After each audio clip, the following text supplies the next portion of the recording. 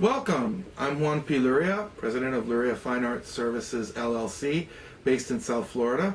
We offer appraisal, brokerage, advisory services to collectors of works of art and antiques, focusing on what my South Florida colleagues often refer to as the old stuff.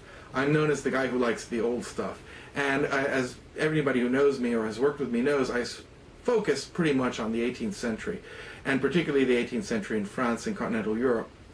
Today I want to talk to you about one of those gray areas that European specialists have to obtain some sort of familiarity with it, and that is in Chinese export wares, because these are very much a part of European decorating in the 18th century. And today I want to focus on Chinese export porcelain, and I particularly want to discuss Chinese export armorial porcelain.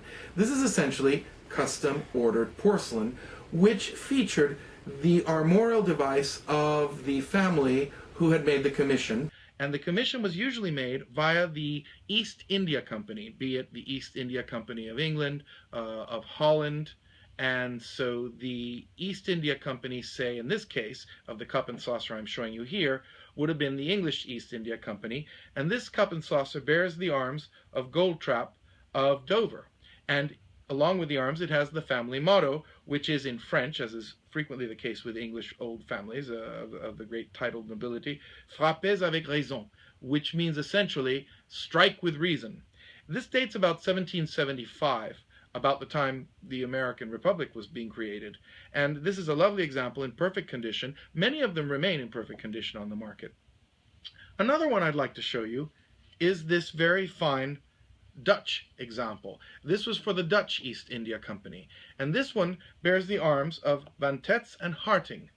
This also dates probably around the middle of the century, 1760-ish to 70-ish, and this one, even though it's not in perfect condition, has a few flaws, still is a wonderful specimen, and has what the French always refer to, that has become a terminology, the peau d'orange, the orange skin texture, that is very typical on the back and that you always want to find with Chinese export porcelain. Notice the very, very elaborate nature of these arms. Often the greatest families in France, in Holland, in England, continued to order porcelain, and the arms were often very indicative of the status of the family. Sometimes simply fine families of the gentry ordered things, as is the case with this unidentified armorial device on a plate of later vintage. This is about 1790-ish. And this is known to have been made for the Irish market, but I haven't been able to identify the arms. It's a very simple armorial device compared to the one we just saw, in that it is basically comprised of a boar, or a boar's head, and underneath, which is very typical, are the initials of the family.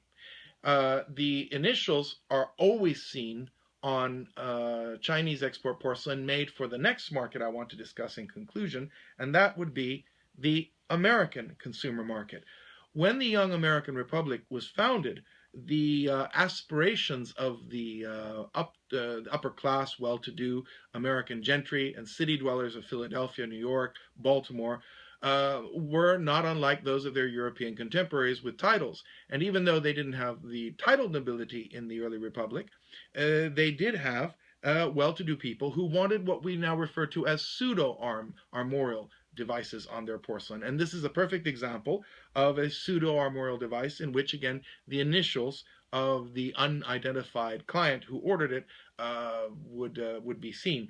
Now, all of these examples would be ordered through the East India Company office. And these would entail going to the office, talking with the sales agent, and you would be given a selection of sample borders, and you'd select your sample border. And if you, of course, you were ordering your arms and you were from a grand family, you would give a colored engraving of the armorial device, and all this would be sent to China. And in a few years later, you'd get a polite note from your East India Company agent letting you know your China service had arrived. Well, happily today, people have to wait less time. And a good thing for collectors today is that you have to wait less to obtain nice Chinese export porcelain, even armorial porcelain, because it's a very depressed market. As many of the things in which I specialize, these things are not as popular as they were 20 years ago among collectors. And this is a bonanza for people who are not interested in being trendy or being in style, and can order these lovely things that happen to not be very much in vogue among collectors and decorators at the moment. And they can be bought for very reasonable prices, unlike, say, they would have been in the 80s when they would be through the roof and very hard to collect. So I wish you good luck on your collecting, and if you have any questions, I can always be reached via the company website, www.luriafinearts.com. Thank you for coming.